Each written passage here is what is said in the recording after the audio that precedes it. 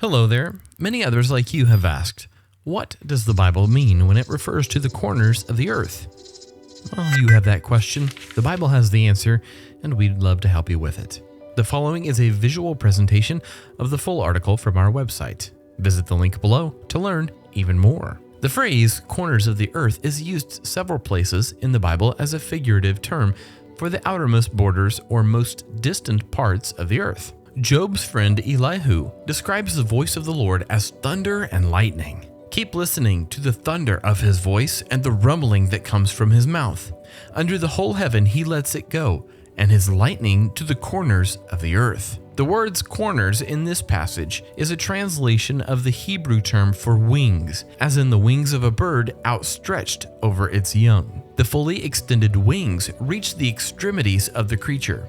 Therefore, corners indicates the extremities of a thing, and in this case, the earth. The Lord's voice fills the whole heavens and travels to the furthest ends of the earth. In Isaiah 11:12, the prophet speaks of a future restoration of Israel, in which the dispersed of Judah will gather together from the four corners of the earth. The four corners of the earth is a poetic reference to the earth's farthest reaches in the four cardinal directions: north, south, east, and west. In other words, there will be a worldwide gathering of God's people. The same idea is conveyed by the four corners in Ezekiel 7:2, except that here the all-inclusive event is the catastrophic end of the world.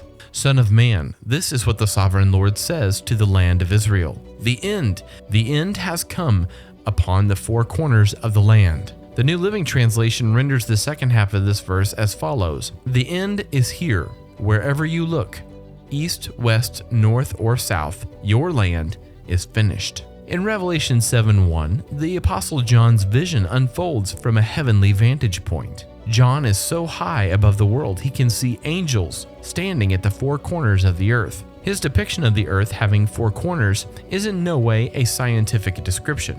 John uses symbolic language to create a visual illustration of the four directions of a compass. John's picture suggests that these angels are standing over the whole world, and nothing is beyond their control. Also, many numbers in the Bible have a symbolic or idiomatic application, and the number of four often represents earth and its boundaries. The phrase four corners of the earth appears a final time in the Bible in Revelation chapter 20. When the 1,000 years are over, Satan will be released from his prison and will go out to deceive the nations in the four corners of the earth, Gog and Magog, and to gather them for battle. In number, they are like the sand on the seashore.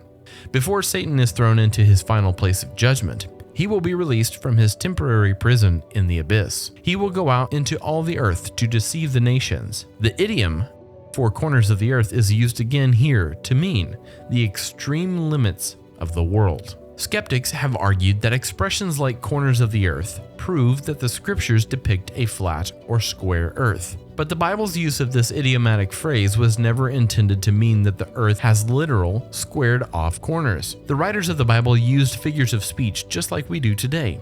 Shakespeare wrote, "All the world desires her. From the four corners of the earth they come to kiss this shrine, this mortal breathing saint." But no one assumes that the bard believed in a flat earth. We understand his use of poetic descriptions. In conclusion, all languages have idioms. When we say that we have the best of both worlds, we refer to enjoying an ideal situation and not two worlds. When poetic portions of the Bible speak of the corners of the earth, they refer to the entire world. That answers your question. What does the Bible mean when it refers to the corners of the earth? Thank you for watching. The link to this article is in the description below. If you'd prefer to stay on YouTube, here's a recent upload, as well as a curated option to choose from. Now don't be afraid to keep asking.